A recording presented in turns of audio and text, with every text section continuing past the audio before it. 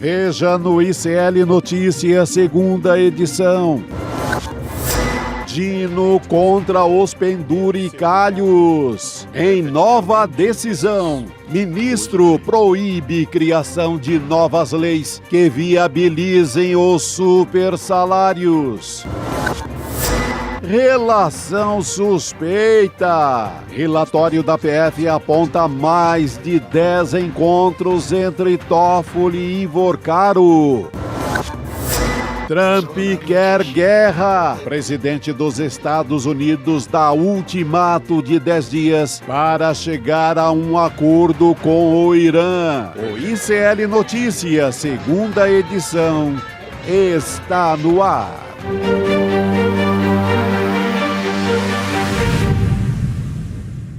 Olá, boa tarde. Seja muito bem-vindo, seja muito bem-vinda. O ICL Notícias, segunda edição, está começando ao vivo em todos os nossos canais nesta quinta-feira, dia 19 de fevereiro de 2026. Como já adiantamos, ainda estamos numa semana de cinzas, mas agora todo mundo recuperado, pessoal. Hoje é uma quinta parecida com terça. É isso, tá com carinha de terça. Estava falando pro Juliano Medeiros antes de começar que eu tava meio perdida. Não, mas hoje as sinapses já voltaram, a memória já foi acionada, hoje estamos muito bons. Online. Ainda estamos aqui, depois do carnaval, não é isso? Isso aí. Boa tarde, meninos. Boa tarde, queridos, queridas. Nessa quinta-feira. Aliás, eu fiz o exercício mental, né, para conseguir acertar o dia da semana. Estou fazendo todos os dias dessa semana, porque realmente está tudo meio estranho. Lá em Brasília, a movimentação está realmente muito grande. Já vamos entrar aqui falando de decisões do Supremo Tribunal Federal. Daqui a pouco vamos entrar nessas tortas de climão, vamos dizer assim. Mas, antes disso, falar sobre a decisão de penduricalhos do Flávio Dino. Mais uma dele, hein? Essa semana, penduricalhos do Serviço Público. O ministro do STF, o Flávio Dino, você está vendo a manchete aí na sua tela, proibiu aplicação ou edição de novas leis que permitam, no fim das contas, o pagamento de salário ou então verbas indenizatórias acima do teto constitucional. Você deve se lembrar que ele tinha suspendido, até por isso que eu disse mais uma vez, o Dino toma decisão a respeito disso, porque ele tinha suspendido esses pagamentos, só que agora o que ele está fazendo? É tirando qualquer possibilidade de o legislativo tentar sair pela tangente, ali, né? Inventar uma lei para conseguir driblar a determinação que já tinha sido dada por ele. Então, essa liminar vai ser julgada no plenário do Supremo Tribunal Federal. Isso está previsto para acontecer na quarta-feira da semana que vem. Chico, eu vou passar a palavra para o Chico primeiro, porque você escreveu uma coluna sobre isso naquela primeira decisão do Flávio Dino, né? Que eu acho que essa é a decisão mais importante, é o craque da rodada, o Flávio Dino. Não tinha ninguém com coragem para mexer nisso. Era penduricalho assim em qualquer estado, para onde você fosse, abria jornal ou algum portal da região, o que você via? Juiz com salário acima de 100 mil, era, como eu vi outro dia, acho que em Rondônia, a turma lá com um penduricário que chegava a 1 milhão. Então você só ouvia falar e lia notícias desse naipe. Veio o Flávio Dino de uma forma muito corajosa, porque ele está enfrentando a própria classe dele aí do mundo dos juízes, dos desembargadores, não é dos procuradores da República. Não é fácil mexer com esse povo, não. Então, esse foi o grande enfrentamento. Creio que até aquela votação maluca lá do Congresso, eu acho que deu uma força, o que estava faltando de força para o Flávio Dino tomar coragem e adotar essa bela medida. Gente, 46 mil já está bom demais. Numa desigualdade num país desse, pelo amor de Deus. Ele se antecipou até o que o Congresso queria responder ao presidente Lula, né, Juliano? Porque a gente teve um veto parcial do presidente Lula e logo os parlamentares já começaram a sinalizar que eles iam dar um jeito de tentar driblar esse veto. Então, foi uma medida até preventiva do ministro Flávio Dino nesse sentido, né? Exato, Gabi. E mais do que isso, é uma medida complementar à primeira decisão que ele tinha tomado, porque na primeira decisão ele já obrigava, entre aspas, o Congresso a formular uma lei específica ou leis específicas, né?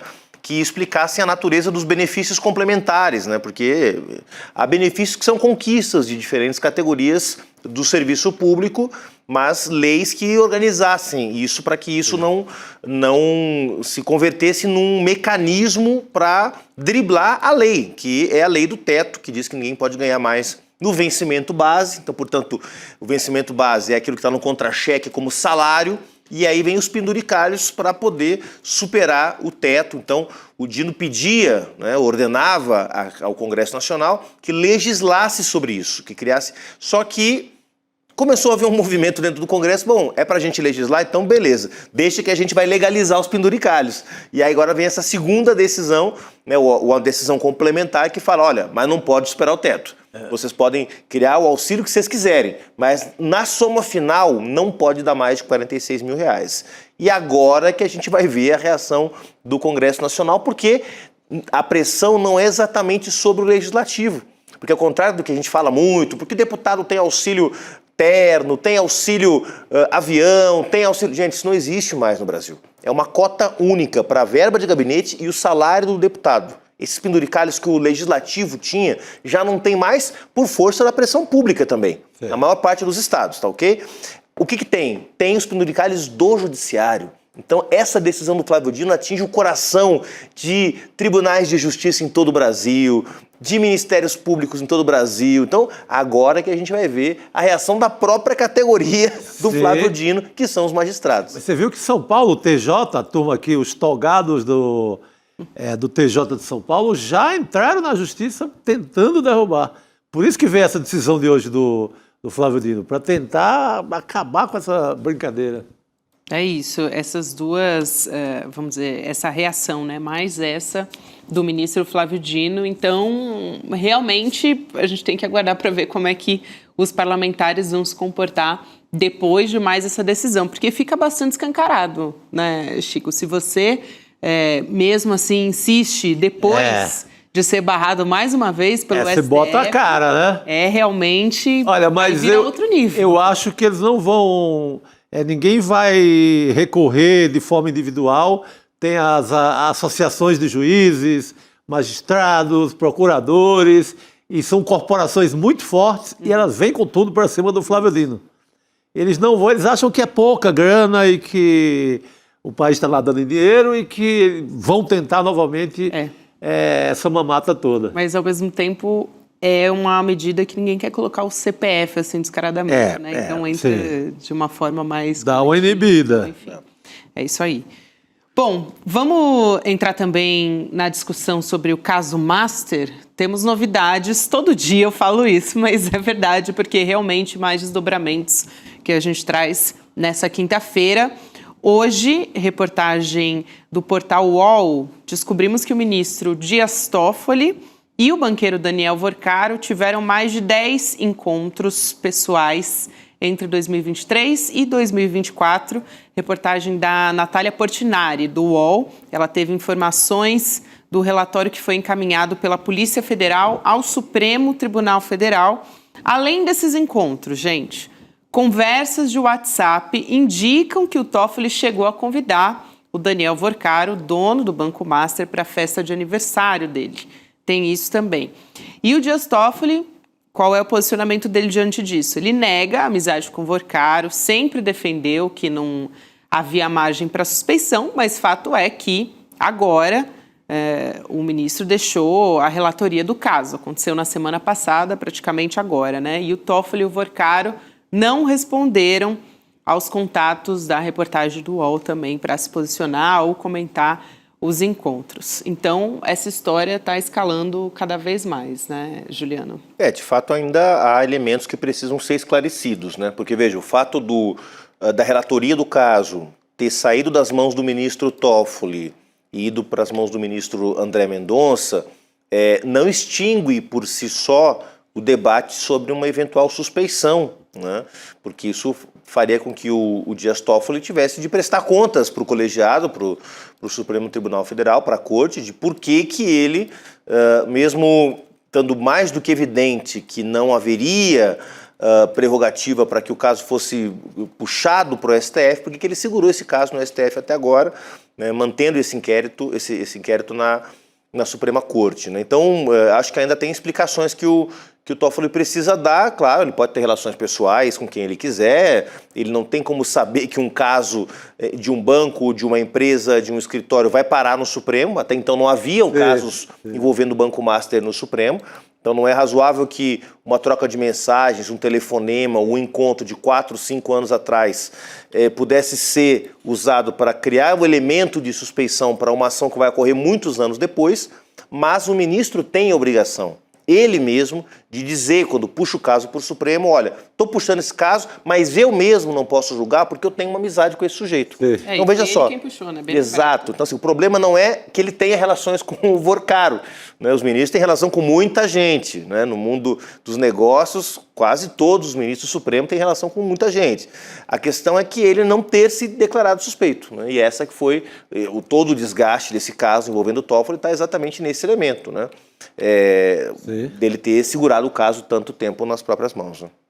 Esse é o que é o drama. Isso. Depois começa a aparecer foto, vídeo do Vorcaro com o Toffoli, jantar e encontro lá no Paraná e por aí vai. De cara você tem a obrigação de dizer, olha, minha relação é uma relação muito próxima, não dá para julgar. Tem um negócio meu que depende de um fundo desse banco, não dá para julgar. Tomara que esse caso sirva, deixe pelo menos, se não vem o manual de ética lá do Fachin, que venha pelo menos, que toda essa confusão inspire os ministros a ser mais cuidadosos. E no mínimo, Chico, que a gente faça um debate talvez menos fulanizado do Toffoli, do Vorcaro, mas de um problema estrutural que está colocado no Supremo. Sim. Como a gente já disse aqui, foi o Supremo que decidiu que os ministros podem vender palestra, foi o Supremo que decidiu que familiares dos ministros podem julgar caso na corte.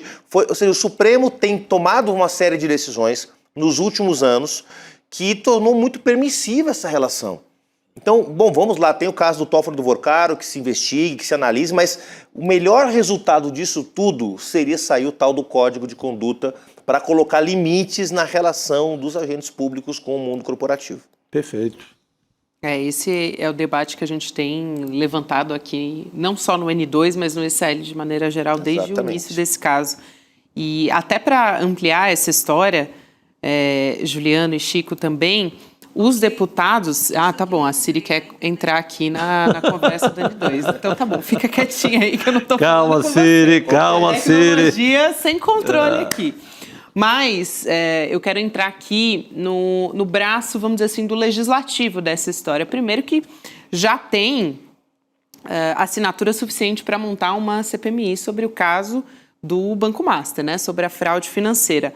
Mas, para além disso, os deputados e senadores da CPMI do INSS vão ter a chance de perguntar diretamente para o Daniel Vorcaro sobre essa relação dele com o Dias Toffoli, enfim, diversas outras questões que estão sendo colocadas no caso do Master, porque ele vai depor na comissão na próxima segunda-feira. Então, aliás, é algo que há muita expectativa. Esse depoimento ia acontecer num outro dia, foi adiantado, né? O Kleber Lourenço, nosso repórter aqui do ICL, ele apurou que os parlamentares estão articulando a possibilidade de, a depender do teor desse depoimento, até avançar em pedido de quebra de sigilos, pode ser sigilo bancário, telemático, enfim, de avançar nesse sentido. Sem contar que esse caso do Banco Master ainda não tem uma CPMI aberta, né? Tem só as assinaturas e esse caso ainda está travado lá no Congresso, depende também do presidente da Câmara querer avançar nesse sentido. Mas ele tem sido citado, o Banco Master, em diversos requerimentos, nessa própria comissão, enfim, em debates paralelos no Congresso. Então, mesmo sendo a CPI, né, essa comissão sobre o INSS, ainda assim, esse caso está sendo desmembrado por lá de alguma maneira, né, Chico? Tomara que a gente comece a falar do caso em si mesmo, né?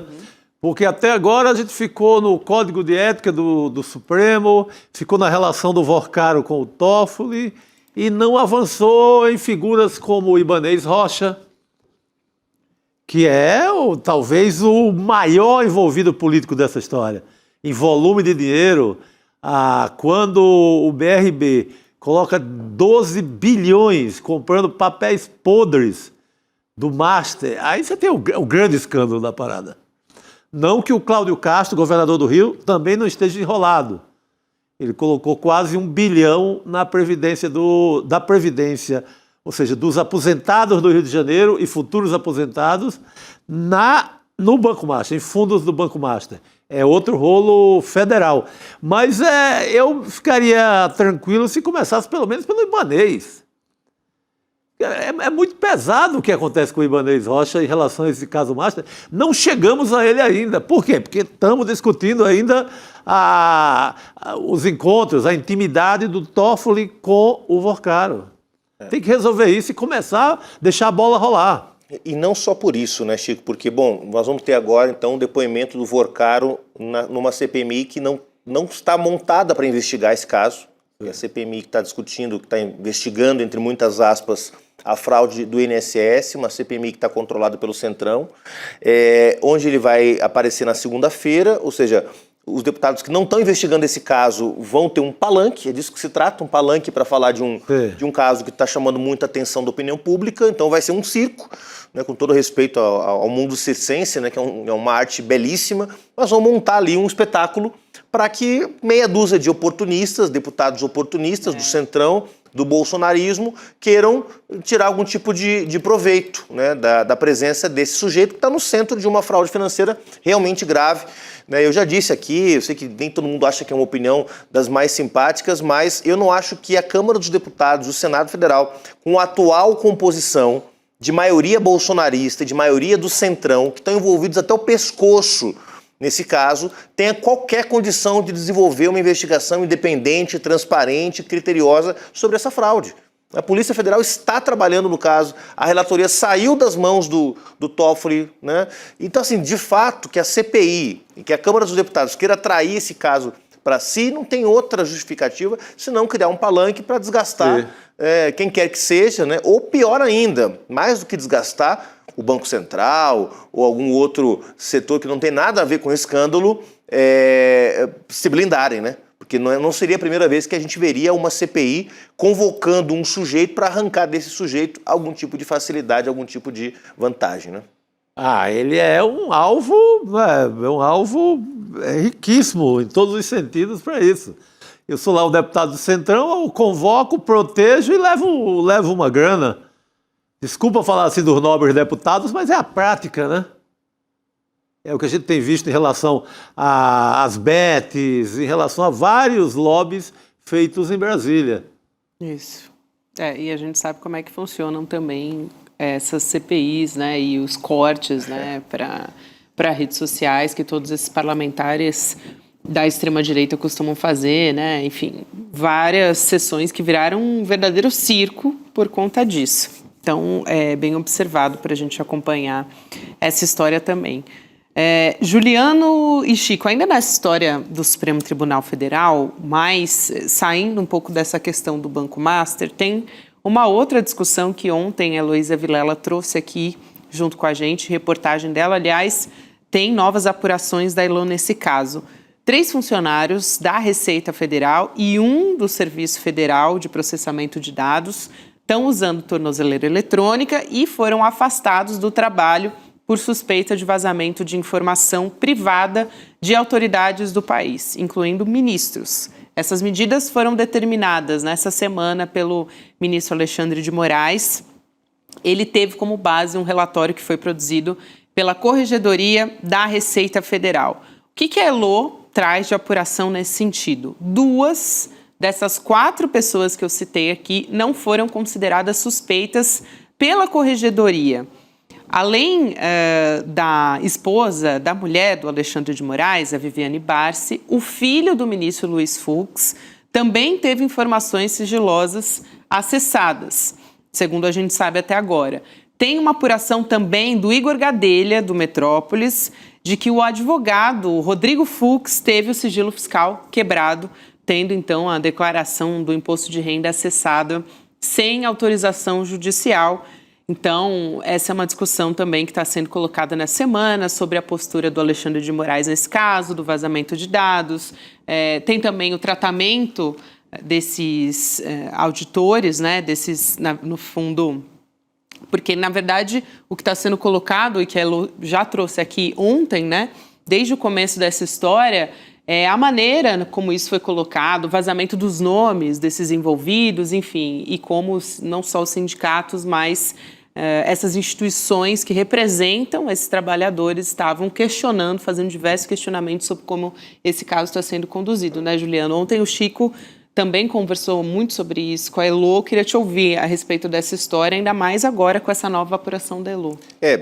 A gente teve vários comentários, repercutiu muito, né, na imprensa ontem o fato de que essa suposta, de que a decisão do Alexandre de Moraes teria gerado um suposto mal-estar, né, Chico, de que haveria gerado até uma indignação dos ministros dele ter tomado essas medidas cautelares, né, tornozeleira, afastamento, etc., coleta de passaporte também desses servidores, né, sem ter avisado o ministro Fachin no inquérito das fake news, que é um inquérito que vem de 2019, tem uma série de questões técnicas que eu acho que são dignas de debate. Tá? Agora, o que não é razoável é que se debata mais essas questões técnicas do que o fato de servidores estarem fuçando em dados sigilosos de autoridades. Quer dizer, não pode, sobre nenhuma hipótese. Você pode gostar ou não do Fux, você pode gostar ou não do Alexandre de Moraes, você pode gostar ou não do Chico Sá, da Gabriela Varela, do Juliano Medeiros, não pode usar o cargo que você tem, os acessos que você tem, concedidos pelo Estado brasileiro, pelo cargo no qual você está investido como técnico da Receita, para fuçar na declaração do imposto de renda de quem quer que seja. Não pode. Não, isso é uma ilegalidade. Então, beleza, seria melhor o Alexandre de Moraes fazer isso num novo inquérito? Seria melhor o Alexandre de Moraes ligar para o Fux antes e avisar? Foi o inquérito das fake Fachin? News. Falamos sobre isso ontem, Exato. Mas enfim, já tem 7 anos, é um inquérito que nunca acaba. Não acaba. E é meio inquérito do fim do mundo mesmo, isso é verdade. Essa crítica é uma crítica razoável. Agora, isso não é mais importante do que o fato de ter técnicos que têm acesso a todos os nossos dados fuçando, provavelmente movidos por algum interesse que não é técnico, que não é profissional, mas interesse político de desgastar uma autoridade ou de vender dados, a gente não sabe ainda, né? E me parece que tem um desequilíbrio na análise aí, Chico e Gabi, de uma parte dos analistas de achar que o problema de qual foi o inquérito ou de como foi que o Alexandre de Moraes tomou essa decisão é mais grave do que o fato em si. Me parece que o fato é muito grave. Né? E agir com energia nesse caso é importante para evitar que os dados fiscais, tributários, bancários dos brasileiros estejam à mercê de qualquer aventureiro que possa acessar esses dados. Essa invasão dos dados ela é gravíssima, não tem nada mais grave do que isso hoje. Imagina se de repente pipoca um funcionário aqui da Receita tem acesso, outro tem acesso, fica todo aberto o sigilo do Brasil inteiro. Isso é muito grave, isso é pesado. Imagina, Chico, o fiscal que é lulista vai lá e vaza um dado que pode ser interpretado como comprometedor de uma liderança bolsonarista. Aí vem um fiscal bolsonarista e vaza um dado de um lulista. Aí você vai manipular a eleição. Exatamente. Você vai decidir Câmara, vai decidir Senado, vai decidir todas as disputas. Com essa peleja para ver quem revela mais dados fiscais do outro lado. Então, por isso que tem que frear imediatamente. É muito grave isso. Exato. Alguém da Receita entrar seja Alexandre de Moraes, seja o motorista do Alexandre de Moraes, seja quem for, parente nosso, que tenha dados abertos por algum funcionário, isso é muito grave. Isso não pode. Mas a gente está invertendo muito as coisas. Como volta ao caso Master também, fica muito discutindo os caminhos jurídicos e não a parada toda. E não Ibanez Rocha, que faz mutreta com 12 bilhões. O cara está lá, paz e amor, tá lá na sombra do Palácio do Buriti, na tranquilidade, porque a gente vai ficar falando o tempo inteiro só do Toffoli e do Alexandre de Moraes, o cara vai passear. É isso. É a questão de fulanizar, né? Que você tinha colocado aqui. Juliano, Eu quero rapidamente sair do assunto de Brasil aqui para a gente trazer um outro tema que é quentíssimo e olhando para a América Latina, inclusive, gente, porque nossos vizinhos aqui, né? Reforma trabalhista promovida pelo Javier Milei, presidente da Argentina, foi aprovada pelo Senado nessa madrugada. 42 votos a favor e 30 contra, e agora segue para análise da Câmara do país. A expectativa do Javier Milei, do governo Milei, é que a proposta seja votada no plenário em 25 de fevereiro e aprovada até o dia 1º de março, quando o Milei vai abrir o período de sessões ordinárias do Congresso. Então, na quarta-feira, antes da votação, ou seja, ontem, né, os manifestantes contrários à reforma entraram, olha só, a gente está vendo aqui as imagens, mas a polícia agiu, né, partiu para cima dos manifestantes em Buenos Aires, enfim, sindicatos, partidos de oposição estão denunciando essa proposta que está agindo numa retirada de direitos históricos dos trabalhadores argentinos, né, Juliano? E eu acho que é muito importante a gente discutir isso aqui no Brasil, porque a nossa situação trabalhista também vem numa retirada histórica de direitos que começou no governo Michel Temer. Né? Exatamente, Gabi. É muito importante que a gente olhe para o que está acontecendo na Argentina, porque é uma prova de que, mesmo quando a extrema-direita não tem maioria no Congresso, na Câmara ou no Senado, ela pode contar com a velha direita oligárquica para retirar direitos. Foi assim no governo Temer, a reforma trabalhista do Temer, a lei da terceirização, a autonomia do Banco Central, a lei das estatais, uma série de políticas do governo Temer que arrebentaram com os direitos do povo brasileiro, apoiados por Jair Bolsonaro, que então era deputado, e pelos seus aliados de extrema-direita. Depois, quando Bolsonaro virou presidente, a reforma da Previdência que ele promoveu, com o apoio da velha direita oligárquica do PSDB, do MDB, do PSD, do seu Gilberto Kassab. Então, o que está acontecendo é que o Milei não tem maioria para aprovar essa reforma, mas está aprovando. Está aprovando porque tem a coragem que a velha direita argentina não teve, com os votos da velha direita argentina, para fazer uma jornada de trabalho de 12 horas diárias, para colocar o acordado sobre o legislado, ou seja, colocar as negociações dentro da fábrica, acima das negociações feitas pelos sindicatos, pelas categorias, né? Reduzindo o direito de greve, exigindo uma série de obrigações para que as greves possam acontecer, atacando diretamente um direito sagrado da classe trabalhadora na Argentina e em outros lugares do mundo.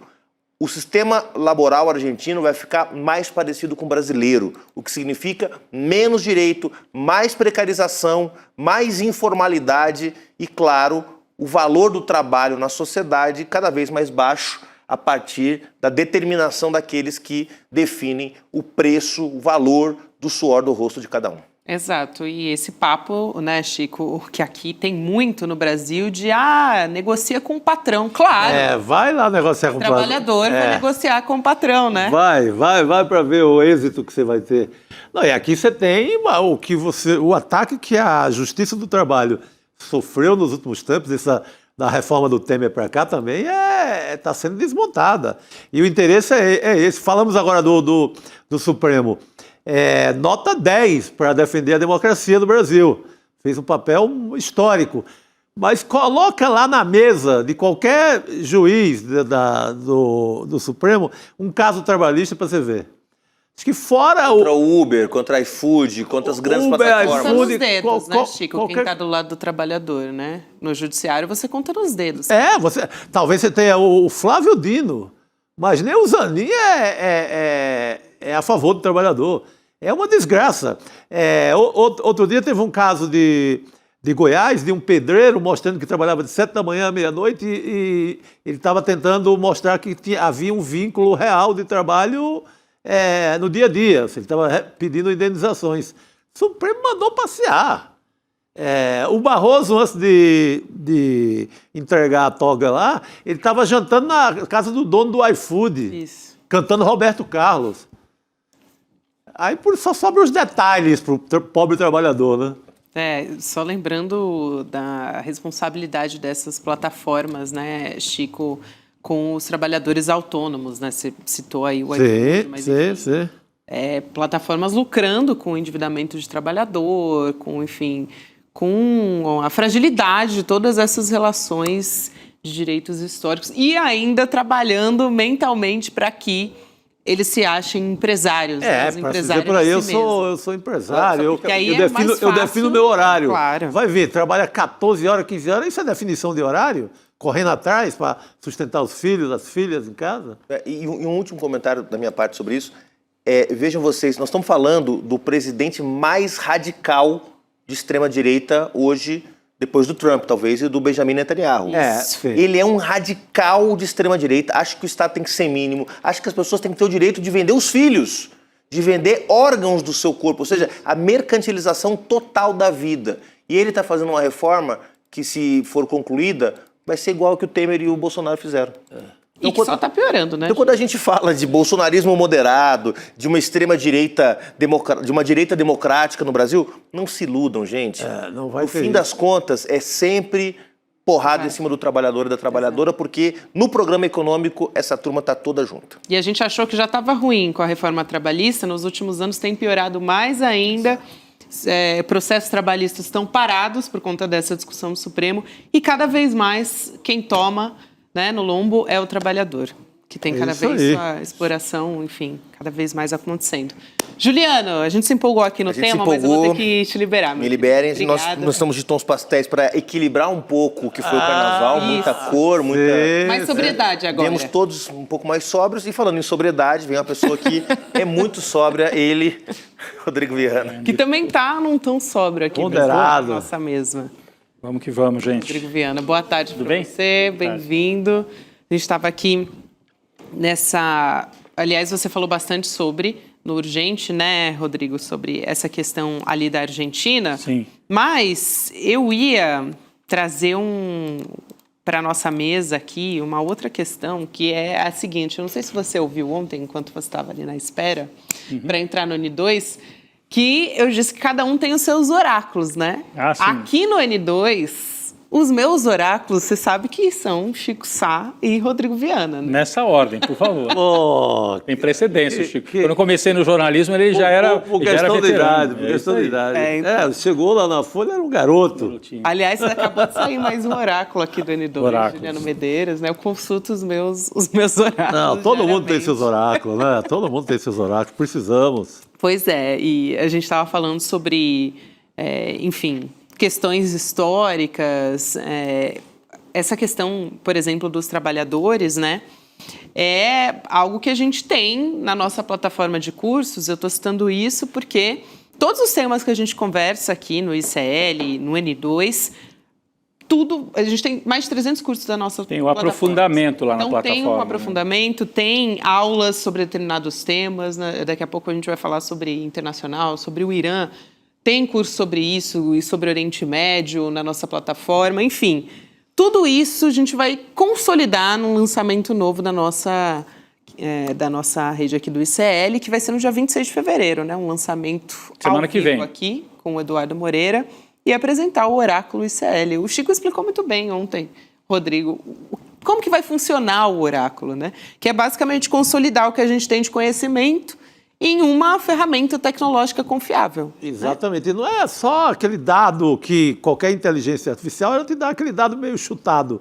Aqui não, aqui você vai pegar um dado de um especialista naquele assunto. A gente acabou de falar de uberização do trabalho. Isso. Você vai receber sem risco de falar besteira num jantar, num debate, numa conversa na tua empresa.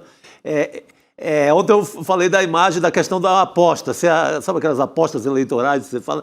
Não, o fulano de tal é de esquerda, não, o outro é de direita. Vamos consultar o Oráculo ICL. Ali você vai receber uma resposta consistente. Vinda de especialistas, de gente que dá curso, ou que já deu os cursos, que está com a sua opinião consolidada ali nos cursos. Então, vai ter uma ferramenta em que, dependendo do tema, você pode digitar e buscar aquelas informações que estão na plataforma para você. E são os nossos professores. São os professores que estão lá na plataforma. Agora, como é que isso tudo vai funcionar? É justamente o que o Edu vai explicar. Aí já espalhou demais, mas dia a gente 26. tem um bom resumo de como é que vai funcionar. Então vai lá em icluni2.com.br, Deixa a sua inscrição, é só deixar seu e-mail rapidinho ou apontar seu celular aqui para a tela que você já vai salvar a sua participação, garantir sua vaga. A ideia é boa, o nome é bom e a base de dados que vai sustentar esse oráculo ICL é excelente. Então tem tudo para dar muito certo. Então entre no icln2.com.br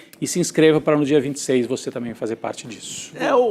Tem uma coisa que eu acho que é a grande diferença de uma inteligência artificial qualquer, é que a inteligência artificial você tem que treiná-la, você tem que amestrá-la, treiná-la com o assunto que você quer pesquisar. A nossa já vem treinada. Aqui é só mestre, os caras já estão treinados, então eles vão te entregar algo com mais qualidade. A nossa base já vem treinada, Chico Sá. Muito bom. Bom, então fica o convite, hein, para você participar. Não deixe de fazer a sua inscrição, senão você vai esquecer.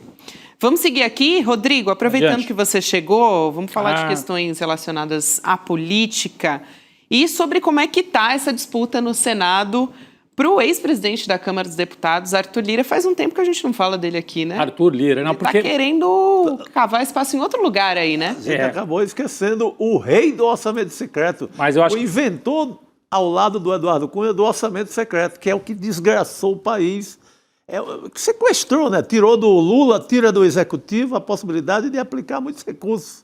Mas eu acho que quem esqueceu mesmo Arthur Lira pode ser o eleitor de Alagoas. Sim. E esse que é o problema dele. Então, nesse carnaval circularam as informações, e até o site Metrópolis trouxe essa manchete, de que o Arthur Lira, que queria ser candidato ao Senado em Alagoas, fez as contas na ponta do lápis e está achando que está difícil para o Senado. São 2 vagas, o Renan Calheiros deve ficar com uma, a outra vaga também está em disputa e ele está em 3º, 4º lugar nas pesquisas.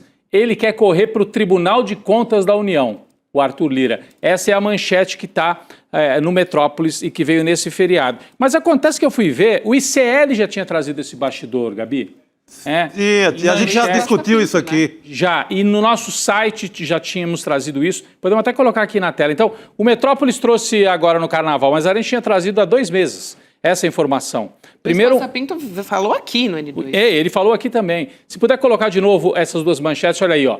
Tribunal de Contas e a Bitcoin das 2 vagas de ministro. Porque o que acontece? O Arthur Lira está com medo de perder o Senado.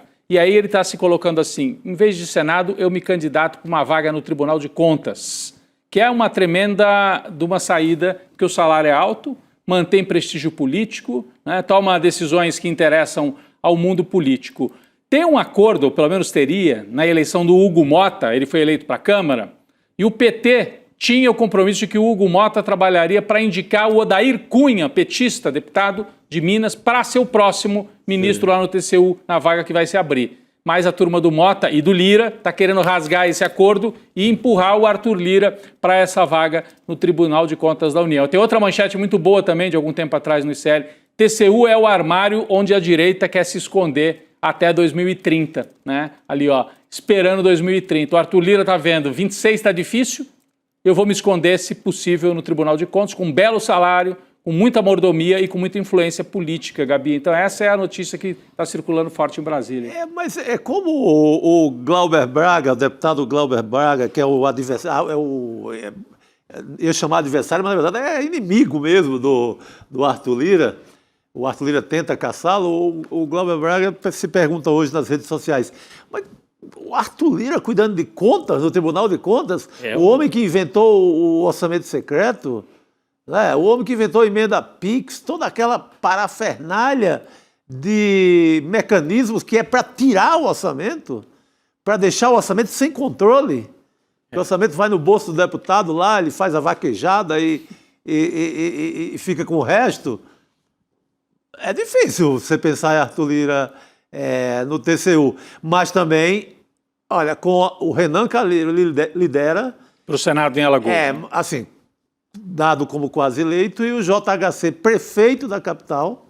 É a segunda vaga. É a segunda vaga. Se saírem os dois, a dúvida é que o prefeito ainda está entre o governo do Estado, mas se sai aí é Deus. Aí o Arthur Lira... Não é assim, Arthur Lira pode concorrer. Ele está perdido. Está perdido. Por isso que ele está com essa gritaria já rumo ao TCU. Querendo abrir vaga. E aí romperia o acordo com o PT, né? Que tem a indicação do Odair Cunha, deputado de Minas. O PT, Gabi, nunca indicou um político assim, com origem mesmo no PT para o Tribunal de Contas. Os partidos do Centrão toda hora indicam. Esse Jonathan Jesus, que estava lá no caso Master, a gente falou bastante dele aqui. Centrão Raiz. É Centrão Raiz, foi deputado até outro dia. Tem vários lá que são Centrão Raiz. Quando houve o golpe contra a Dilma, aquela história das pedaladas fiscais, veio de gente que atuava também, não é nem Centrão, era direitona, era ministro do TCU. Então é um lugar estratégico, porque um relatório politizado e maldoso de um ministro do Tribunal de Contas pode criar muita complicação para um governo. Isso é muito bom, Rodrigo. Até outro dia a gente conversava aqui no N2 como entender a gênese desse tribunal, como é que ele funciona, é tão importante, né? Porque não é um tribunal como, por exemplo, é o STF, né, essencialmente jurídico. Ele é essencialmente político. Aí a gente chama de tribunal, e é o nome, né? Tribunal de Contas, né? Podia ter um outro nome, Exato. né? Mas ele chama tribunal. Então as pessoas acham, peraí, é tribunal, então é tipo um Supremo.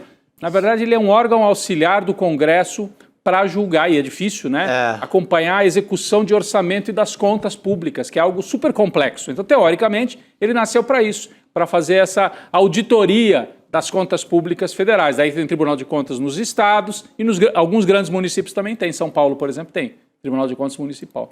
Mas não é tribunal, né, apesar do nome. Então, e é geralmente, quase sempre, indicação que vem ou da Câmara Municipal, ou da Assembleia Legislativa, ou do Congresso. Mais um, né, que está se candidatando. Vem alguém que perdeu a eleição e é um cacicão ali, renomado, vamos achar um buraco para ele aqui. Encosta ele no TCU.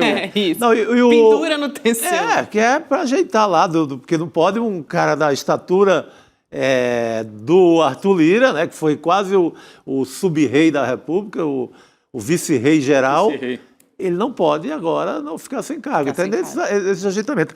Tem também o Alfredo Gaspar, do União Brasil, que ainda seria um terceiro, tem mais intenção de voto, tem mais... Para o Senado, você está falando lá, né? Potência eleitoral em Alagoas do que o próprio Arthur Lira. Então, é uma situação muito difícil. Está perigando. Está perigando. Vamos voltar a falar sobre isso. Agora a gente vai virar a página para falar de internacional. Eu prometi que falaremos sobre Irã e como é que está a situação. Temos declaração do Donald Trump, né, presidente dos Estados Unidos. Ele disse que nos próximos 10 dias o destino do Irã vai ser selado, seja por meio de uma negociação ou por meio de uma guerra. Então, foi uma fala que ele fez durante a primeira reunião. Olha que simbólico, gente. Primeira reunião do Conselho da Paz. Que frase realmente que simboliza muito a paz, essa do Donald Trump, né? Que é o órgão paralelo que ele criou, o governo Trump, ali o órgão paralelo à ONU, para supervisionar a transição de poder na faixa de Gaza. Até o presidente Lula, aqui do Brasil, foi convidado para essa reunião, mas não respondeu se vai comparecer. Vamos ver exatamente o que disse o Donald Trump e depois chamamos Cristina Serra aqui com a gente. Abre aspas. Talvez tenhamos que dar mais um passo, ou talvez não. Talvez cheguemos a um acordo. Provavelmente vocês saberão nos próximos 10 dias. Precisamos chegar a um acordo significativo. Caso contrário, coisas ruins acontecerão. Aquele modus operandi de Donald Trump de ameaça, né? Então, os Estados Unidos querem, de qualquer jeito, encerrar o programa nuclear iraniano e estão numa ofensiva na região para afastar também qualquer influência da China. É uma área rica em minérios, sobretudo petróleo. Então, fica um pouco mais claro quando a gente olha para a questão territorial do Irã e do Oriente Médio. Vamos chamar a Cristina Serra aqui para a nossa conversa, nossa mesa redonda. Cris, boa noite para você. Boa noite. Oi, Gabi, Chico, Rodrigo, boa noite. Boa noite. Cris, também tem a questão política dessa história, né, que é a rivalidade com o governo de Israel, né, um adversário político de Israel, do próprio Donald Trump também, né, do governo dos Estados Unidos. Se você olhar para os países do Oriente Médio que têm relação tanto com os Estados Unidos como também com Israel, né? Gabi, você chamou atenção para uma questão importante, né? Essa ameaça que o Trump faz ao Irã, essa renovação de ameaças, ele já vem fazendo isso há muito tempo, justamente no dia da primeira reunião do tal Conselho da Paz, né? É uma contradição, né? Falar de ameaçar o Irã, ameaçar um país soberano. no momento em que supostamente você está tratando de paz. É porque não é nada disso. O Conselho da Paz é um nome fake, né? Esse conselho não vai tratar nada de paz, ele vai tratar de ocupação da faixa de Gaza e de subordinação, submissão total daquela população palestina que está lá. Enfim, eu estou fugindo do assunto Irã, mas já volto para ele, mas é que eu não queria deixar de assinalar isso, porque isso, de fato, é tão bizarro isso, né, que a gente não pode deixar de assinalar isso. Vamos ao Irã. Os Estados Unidos estão se sentindo muito poderosos, né, muito fortalecidos com o sucesso da operação na Venezuela. Sucesso, obviamente, do ponto de vista deles, porque não só atacaram o país, como conseguiram capturar, sequestrar o presidente que aguarda julgamento em território norte-americano. Então, isso certamente faz com que a ala mais guerreira, mais agressiva do governo Trump diga: é agora, né? Vamos lá, vamos atacar, este é o momento de atacar o Irã. E me parece, de fato, pelos sinais que têm sido dados nas últimas semanas e nos últimos dias, que o mundo se encaminha para isso, que a gente vai ver alguma ação militar dos Estados Unidos contra o Irã nos próximos dias ou nas próximas semanas, talvez dias mesmo, né? Apesar dele ter dado esse prazo de 10 dias que você mencionou. Em se tratando de Donald Trump, isso não quer dizer nada, isso não é garantia de nada, não quer dizer que ele vai esperar esses 10 dias, né? Na verdade, todo o aparato militar está sendo preparado, já está posicionado, né? Já tem um porta-aviões lá no Oriente Médio, o outro, que estava na Venezuela, inclusive, Gerald Ford, que é o maior do mundo, já está no Mediterrâneo, praticamente se posicionando também para esse ataque. Então, muito provavelmente, a gente vai ver, sim, uma ação militar. Não se sabe, o que não se sabe, né? Quem está acompanhando e os especialistas, é a escala dessa ação militar. Que tipo de ação será?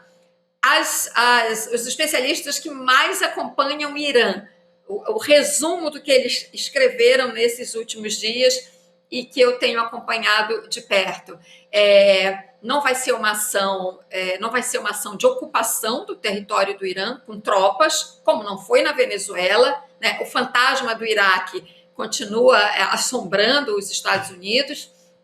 E se fosse um ataque com tropas, né, no território, isso seria uma grande contradição ao que o Trump tem falado o tempo todo, que ele não vai fazer guerras desse tipo. Seria, então, uma ação militar direcionada, voltada para alvos específicos, né, para debilitar a infraestrutura do Irã, seja a infraestrutura do programa nuclear que eles têm, a infraestrutura militar como um todo, e infraestruturas que você ataca, né, nesse tipo de ação, aeroportos, portos, né, estações de energia, etc. Então, seria uma ação para debilitar o país e para enfraquecer a sua capacidade de reação, né, de resposta a um ataque desse tipo. Agora, de fato, os Estados Unidos seriam capazes de debilitar totalmente, ou o Irã teria ainda alguma capacidade de resposta? Essa é a pergunta que fica, né, e que torna esse cenário todo muito mais complexo. Ô, Gabi, não sei se você quer trazer outros dados aí. Eu estava me lembrando aqui, enquanto a Cristina narrava muito bem e trazia esse cenário para a gente, que o George Bush, né, que costumava falar do eixo do mal, né, falava do eixo do mal. E o eixo do mal era Coreia do Norte, Irã e Venezuela. Sim. E aí o Trump está fazendo assim, um roteiro do elo mais fraco para o elo mais forte, ou para o elo mais complicado. Né? Economicamente, a Coreia do Norte não tem tanto peso assim, mas ela militarmente é o mais complicado, porque tem bomba atômica. Né? Então o Trump começou essa história de passar o rodo geral no mapa mundi pelo elo mais fraco, que era a Venezuela, porque além de não ter arma nuclear, tem oposição interna fortíssima, já tinha, né? 50% talvez o país rachado. E agora ele vai para o segundo, né, que é o Irã, e deixa a Coreia do Norte quieta, o que é a maior prova de que no mundo, isso sempre foi assim, né, mas nos últimos anos muita gente se iludiu, né?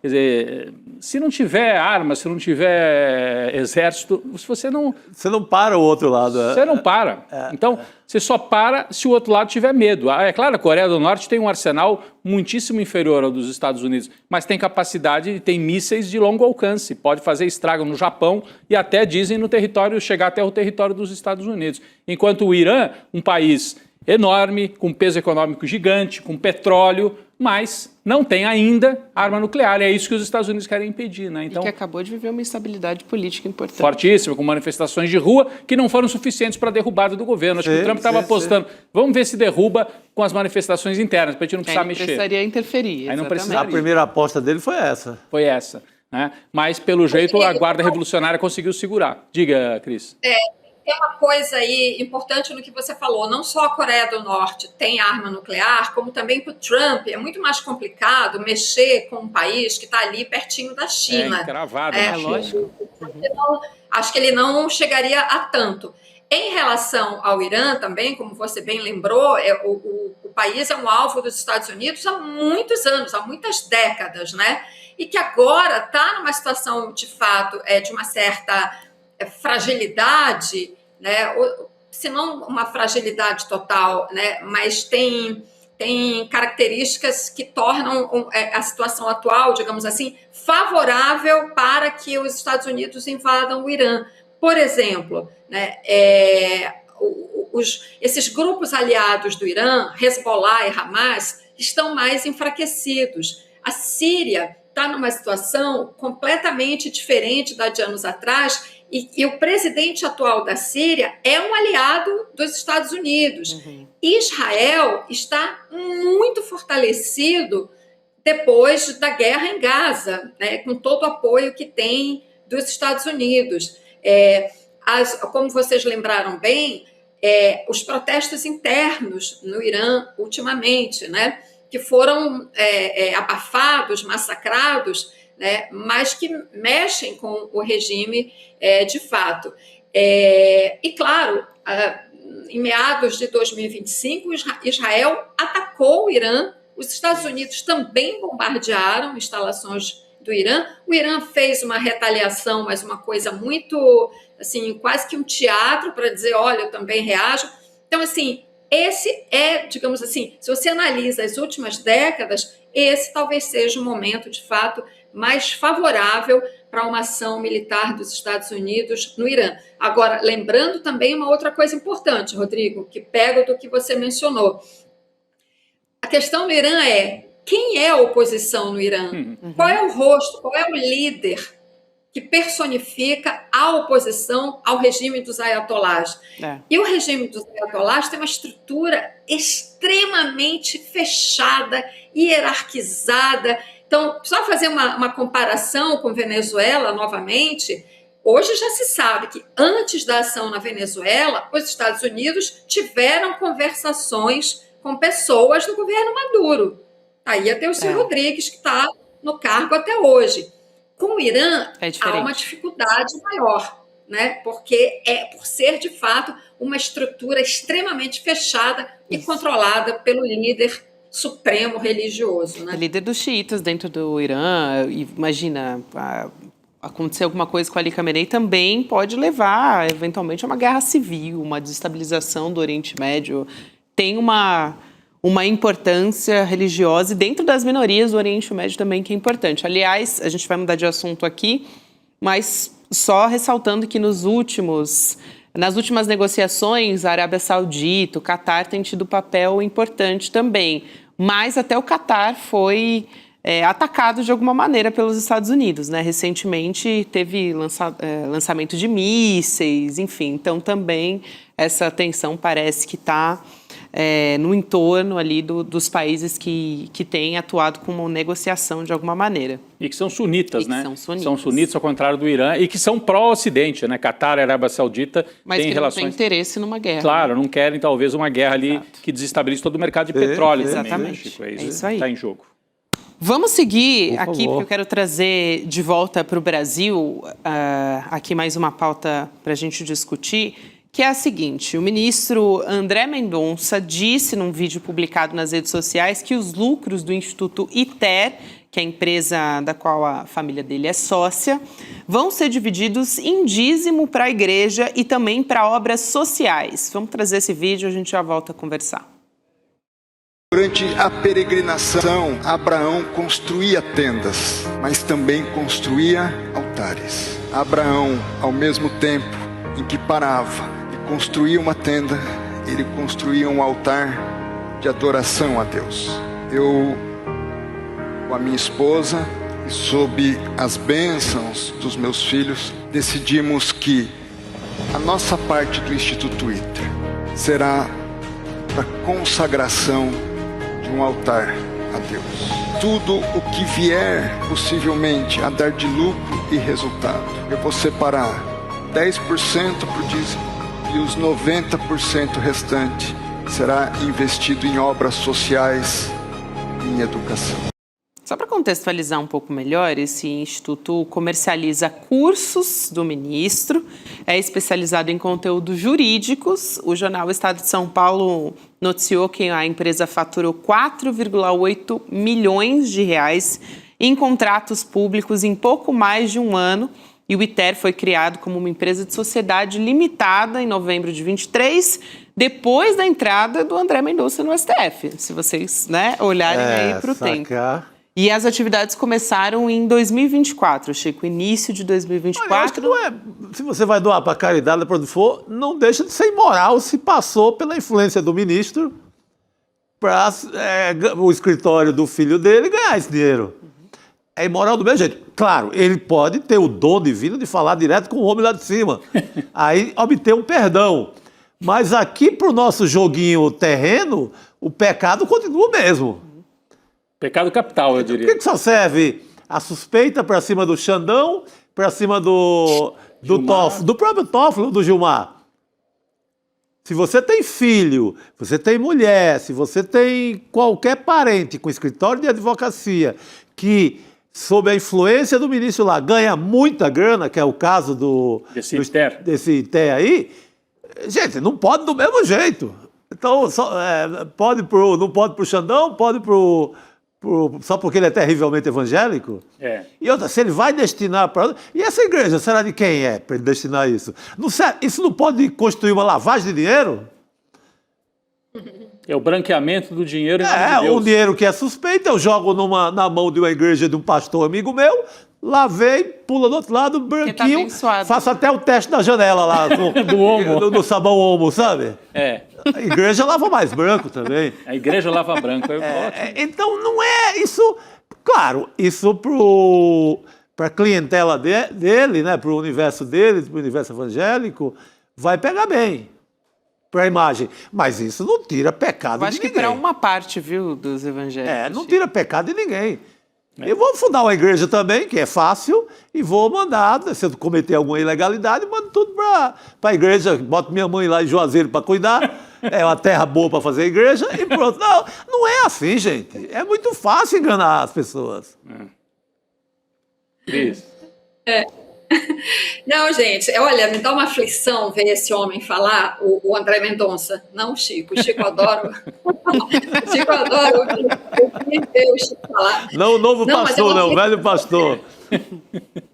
Porque ele... Gente, aí você vê aquele homem, né, pregando para as ovelhas dele lá, e você lembra que aquilo ali é ministro do Supremo Tribunal Federal.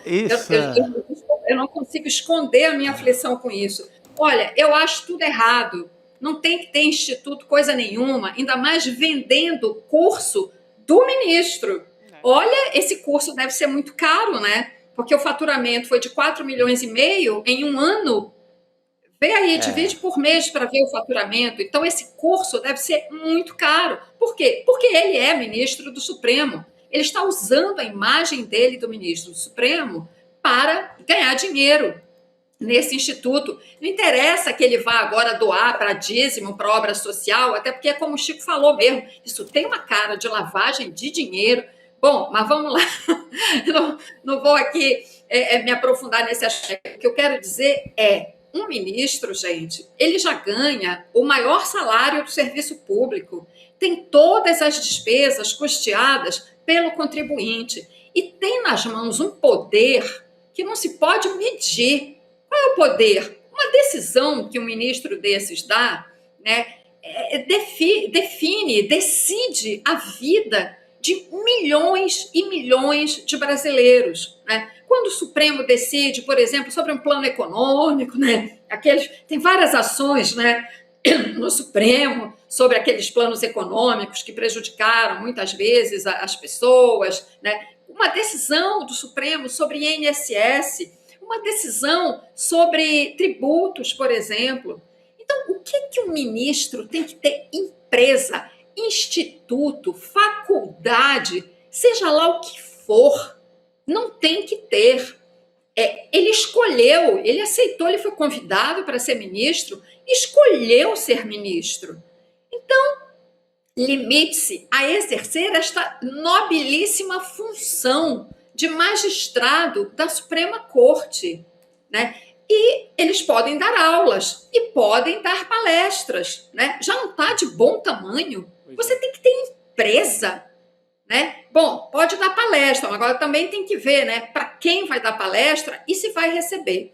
Outro detalhe que eu não quero deixar passar aqui, né? Esse faturamento que ele teve de 4,5 milhões no ano passado, em contratos públicos. Que contratos são esses? Então, assim como agora ele virou, né, o magnânimo que vai doar para o dízimo, sei lá para quem, né? Então, seja transparente, diga que contratos são esses que você fez com quem? Com que entes públicos? Federais, estaduais, municipais, né? É o dever da transparência, já que você está ganhando dinheiro com a imagem de ministro do Supremo. Se ele fosse um Zé Mané qualquer, um professor de direito que ninguém sabe quem é, vocês acham que ele ia faturar esses 4,5 milhões? Claro que não. Por fim, uma informação que eu li pouco antes de entrar aqui.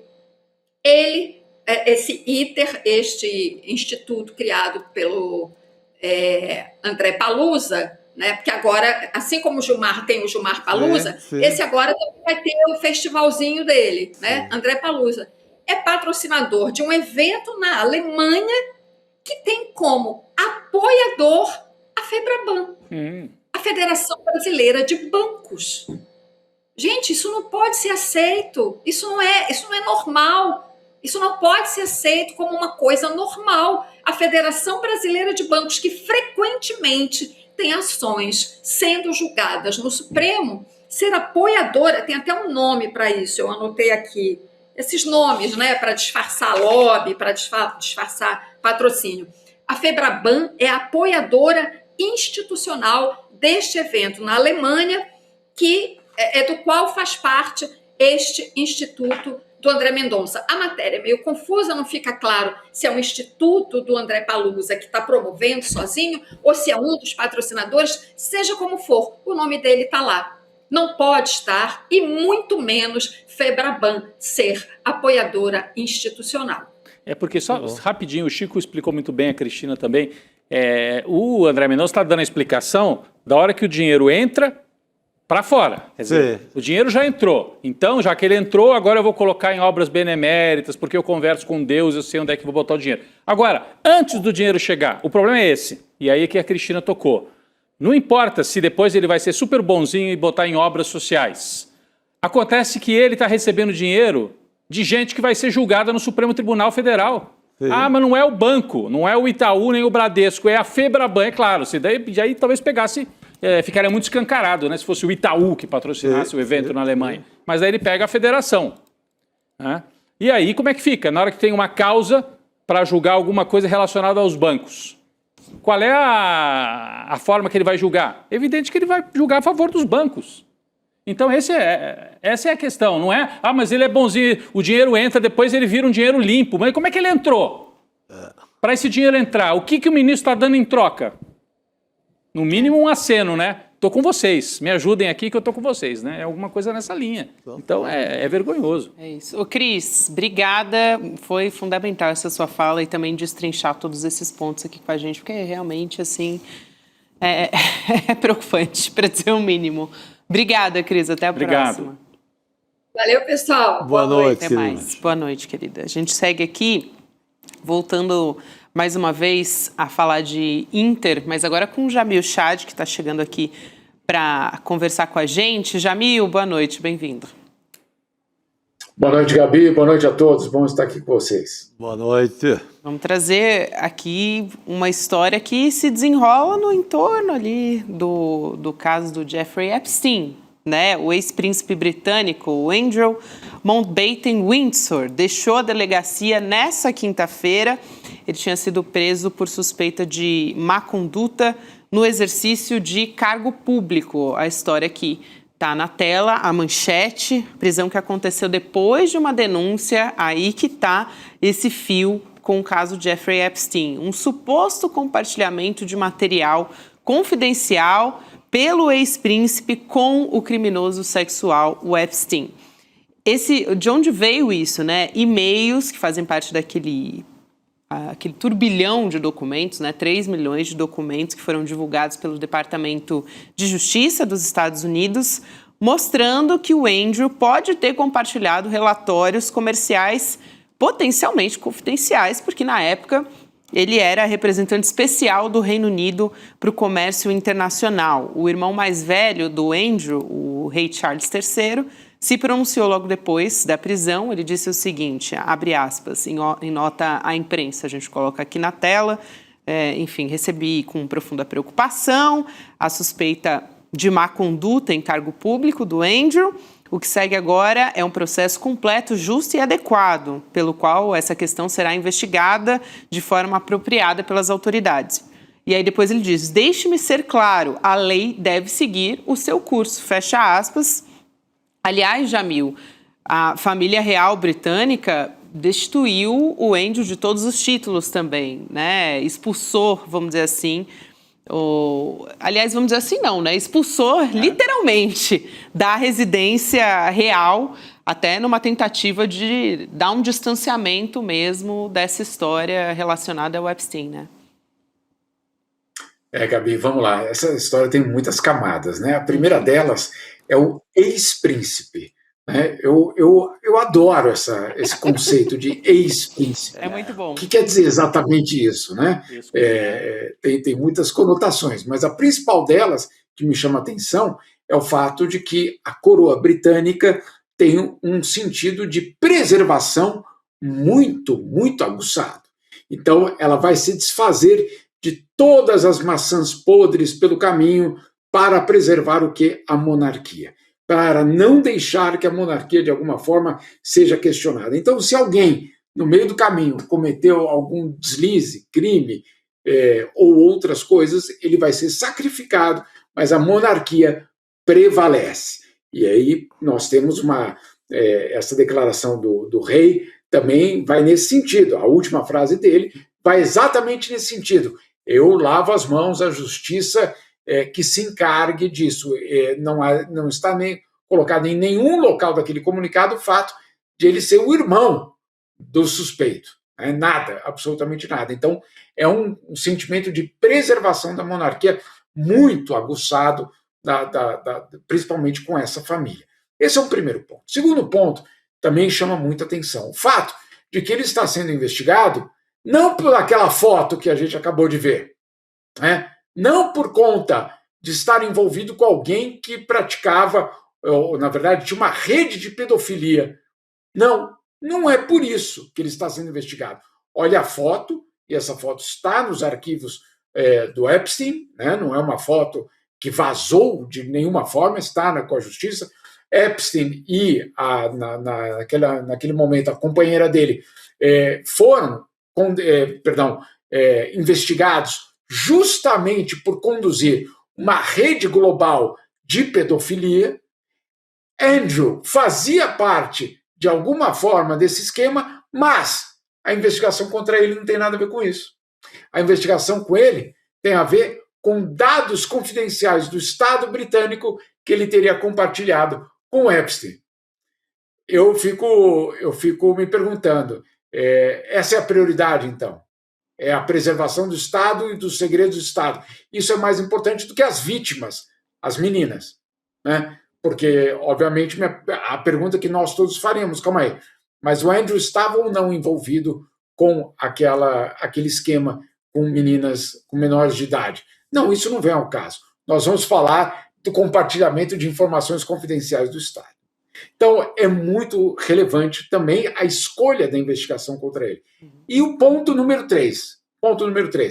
Nos Estados Unidos, o Departamento de Justiça disse, olha, nós estamos publicando essas 3 milhões de páginas, mas caso encerrado, aqui nós não teremos mais nenhum novo caso, porque nós já olhamos para essas 3 milhões de páginas e não há nada que conduza a novas investigações. Mas o que nós estamos descobrindo, Gabi, é que em outros países essas 3 milhões de páginas estão reabrindo processos.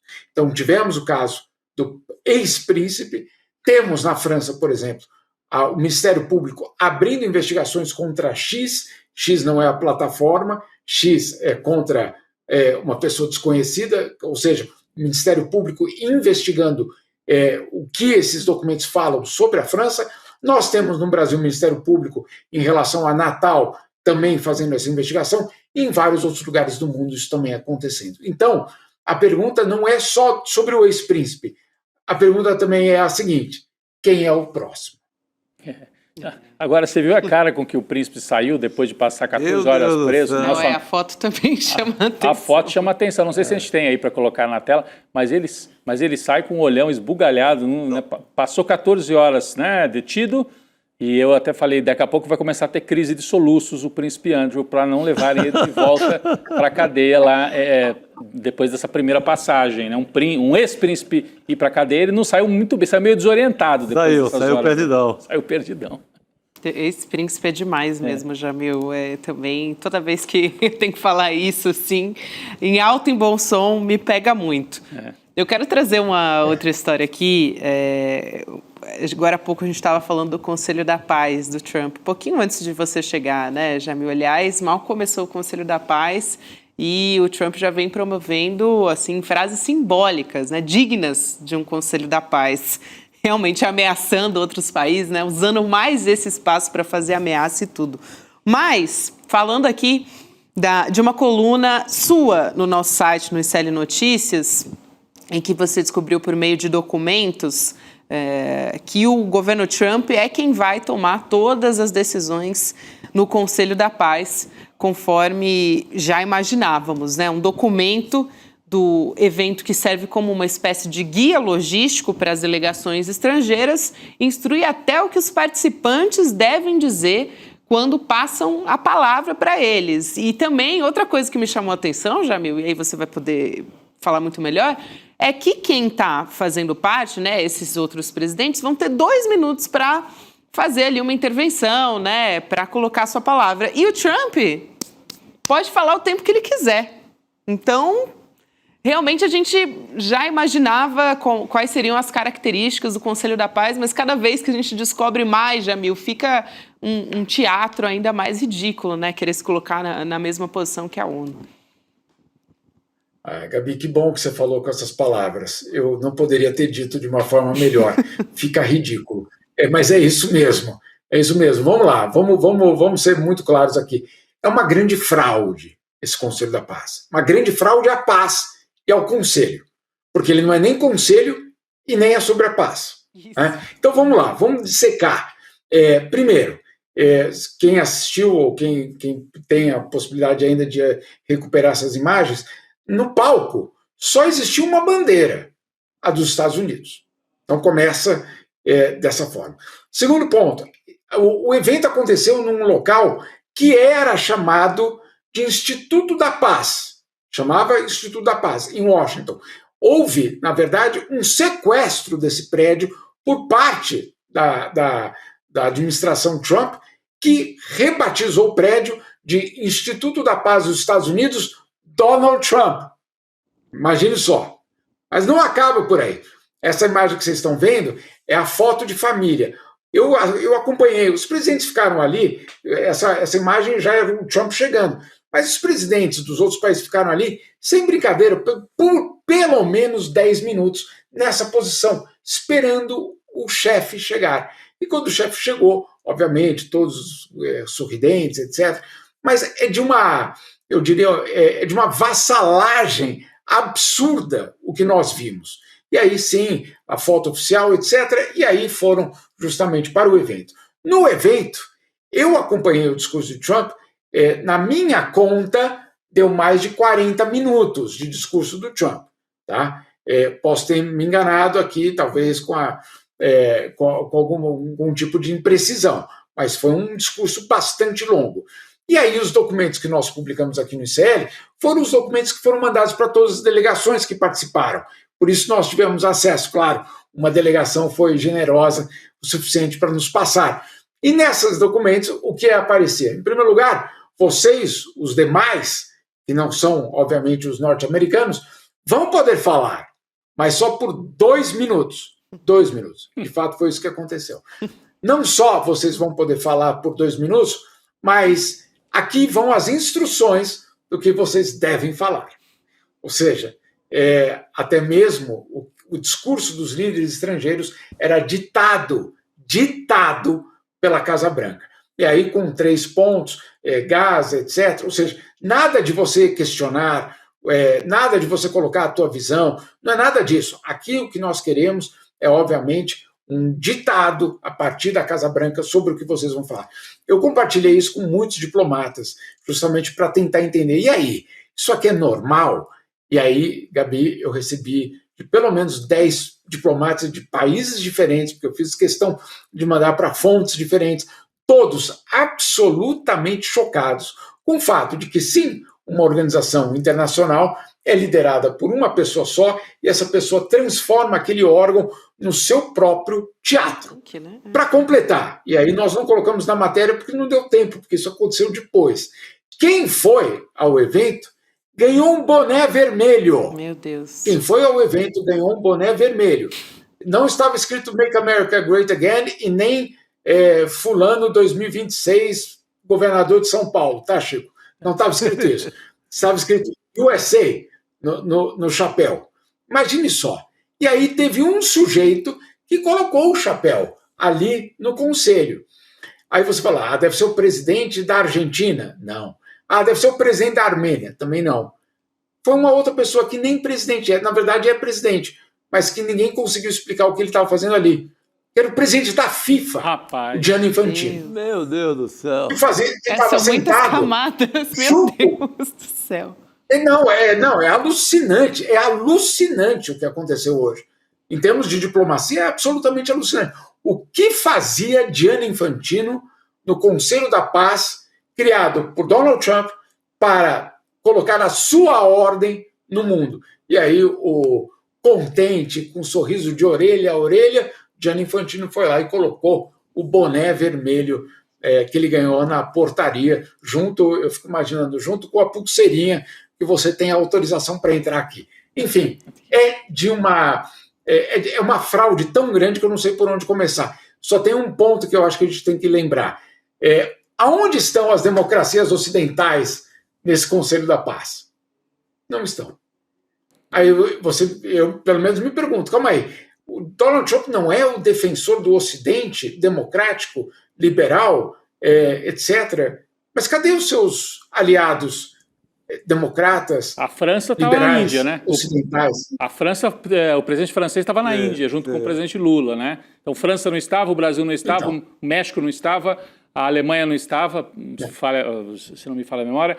Enfim, Espanha, né? Dos países grandes europeus, nenhum importante estava, o Brasil e o México. Reino Unido não foi também? Então já é também uma derrota grande. Então, a gente tem a imagem, viu, Rodrigo, do boné. Do boné? Vamos... Porque só vendo, nesse caso, só vendo para acreditar, né? Olha isso. É realmente um teatro, Jamil.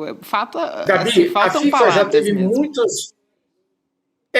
a FIFA já teve muitos episódios vergonhosos. Sim. Mas, sinceramente, a Copa de 2026 tem superado tudo em termos de vergonha alheia. E esse dia de hoje é um desses dias que você se pergunta o que é que Gianni Infantino está fazendo no Conselho da Paz. E o sorriso dele não dava para esconder, né? A satisfação que ele tinha de estar ali. Mas eu insisto, é um Conselho da Paz que não é nem conselho, porque só toma decisão uma pessoa, então não há conselho a ser dado, e não é da paz, porque ele tem como objetivo o controle, a dominação, a submissão de Gaza ou qualquer outro lugar.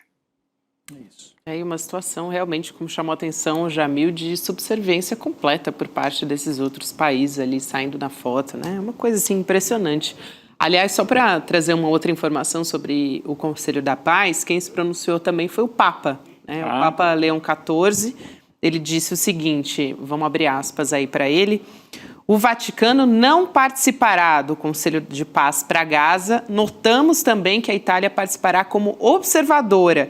Evidentemente, há pontos que nos deixam perplexos, questões críticas que precisam ser esclarecidas. E ele também, o Papa, defende que qualquer questão internacional de crise, né, Jamil, tem que permanecer sob coordenação da ONU. Sim. Então... Bom, se alguém pode falar em nome da tal civilização ocidental, para o bem e para o mal, é a Igreja Católica Romana, né? É. E também não está. Então, na conta daqueles que não estão no Conselho da Paz, a gente coloca o Papa, também é simbólico, né? Muito simbólico. Desse tamanho. E de quem que está lá, né? Hoje a Argentina vive uma greve geral forte, em Buenos Aires, pelo menos, pelas informações que eu colhi lá com colegas, e o Milei está pendurado no Trump, que foi quem salvou, alguns meses atrás, o mandato dele, né, que estava à beira de uma crise total. Então, o Milei estava, enquanto o país está em greve geral. Mas o Papa disse que não, Gabi. Exato. Perdão, só para completar, claro. Além do Milei, estava, por exemplo, o Lukashenko, o último ditador da Europa. Da Bielorrússia? Na verdade, o presidente da Bielorrússia. Ele estava na primeira fila, ao lado, basicamente, do Marco Rubio na foto de família, muito perto do Marco Rubio. O que é que fazia Lukashenko, né, um ditador, na primeira fila do Conselho da Paz de Donald Trump? Então, obviamente, são questões que são colocadas, não tem como não colocar essas questões, né? Um líder que dentro da Bielorrússia é absolutamente questionado. Nós todos falamos da repressão na Bielorrússia, etc.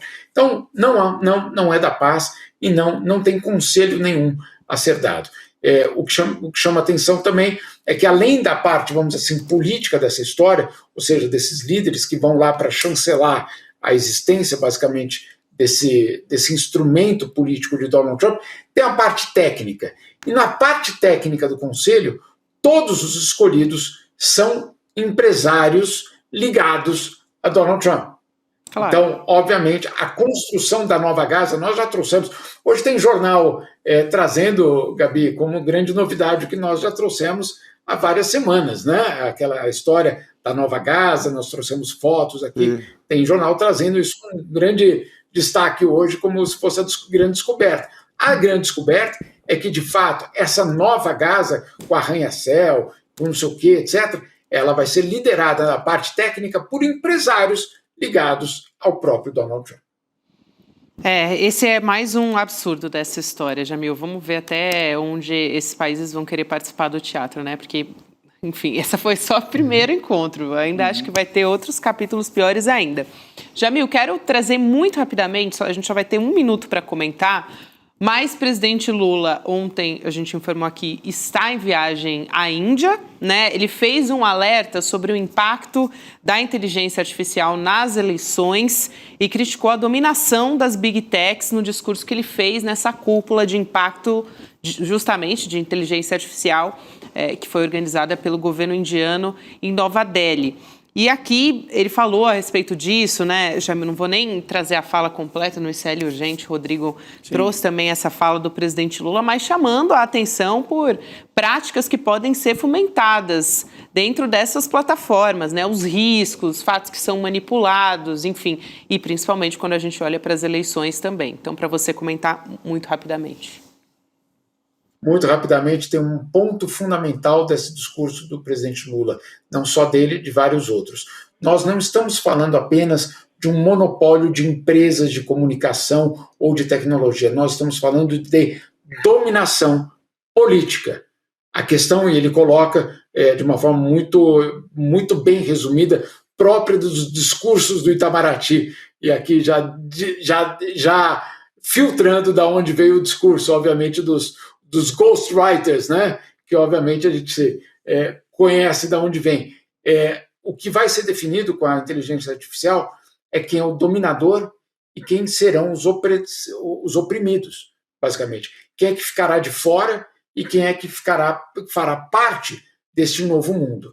Então, o que o governo brasileiro e outros também defendem é que, claro, haja uma governança sobre a inteligência artificial e que essa governança aconteça de forma multilateral. O presidente Lula fala da ONU, mas não necessariamente precisaria ser no prédio da ONU, não é isso, mas é que aconteça de forma multilateral, que não seja um grupo de países ricos que define, olha, nós agora vamos definir que a inteligência artificial vai ser utilizada e vocês que ainda não têm seguirão os nossos padrões. É isso que o Brasil não quer. Na verdade, é isso que o Brasil quer evitar. É isso, Jamil. Então, a gente vai continuar acompanhando essa história, até porque em breve temos eleições aqui, a gente já sabe que isso vai ter, sim, um impacto, a gente não sabe ainda o tamanho desse impacto. Obrigada, muito bom ter você aqui com a gente hoje, Jamil. Muito assunto internacional nessa semana também para a gente conversar por aqui. Valeu, Jamil. Valeu, querido. Obrigado, querido. Muito. Eu gostaria que aquelas imagens do Conselho da Paz fossem todas de inteligência artificial, mas elas não são. Elas são humanas, infelizmente. Exatamente. Aliás, falando em imagem, dá tempo de colocar um segundo aqui, a foto que você prometeu, do ex-príncipe. Ex-príncipe. A foto do ex-príncipe saindo da cana. Passou 14 horas detido lá em Londres. Da cana parece que é a prisão, cana-prisão, né? Só para deixar claro, porque parece outra cana também. Mas olha a cara dele, o Chico, não lhe fez muito bem, né? Não, com a moral toda enterrada na lama. Olha lá, ó. Olha a cara dele. Tá feio esse leão. Que coisa, hein? O príncipe Andrew, é isso. Vamos encerrar um programa desse jeito. Essa imagem como disse inspiradora. Parece alguém falou aqui no grupo, né? Parece eu voltando do bloquinho. Um certo editor de jornalismo do N2 falou, parece eu voltando do bloco. Do bloco de carnaval. É isso aí, Andrew. Bom, pessoal, é isso. Então, a gente vai estar de volta amanhã com a nossa programação a partir das 7 da manhã. E estaremos aqui também à noite. Amanhã, dia de Jurubeba. Opa, por favor. Vamos nessa. Boa noite, pessoal. Visualiza aqui a situação. Você está no encontro da família, você está na mesa do bar com os amigos da escola ou da faculdade e, de repente, surge um daqueles temas polêmicos. E aí você está lá do outro lado, a tia do Zap, o cara da extrema-direita, não sei o quê, e começa a argumentar do lado dele, você puxa os seus argumentos, a discussão começa a elevar ali o tom, a temperatura, e você precisa de uma grande cartada para inquestionavelmente ganhar aquela discussão. Pois é, o ICL criou uma ferramenta que vai te dar esse superpoder. É como se no meio da discussão você pudesse trazer para o seu lado o João César Castro Rocha, o Gessé Souza, a Marilena Chauí, o Michael Sandel, o Domênico de Masi, os maiores professores e professoras do mundo, mas de uma maneira rápida, prática e, detalhe, pessoal. É uma ferramenta que não existe no mundo e é fruto de mais de um ano de trabalho de uma equipe enorme do ICL. Ela muda o jogo completamente. Ela se chama Oráculo ICL e vai ser revelada no dia 26 de fevereiro às 8 horas da noite.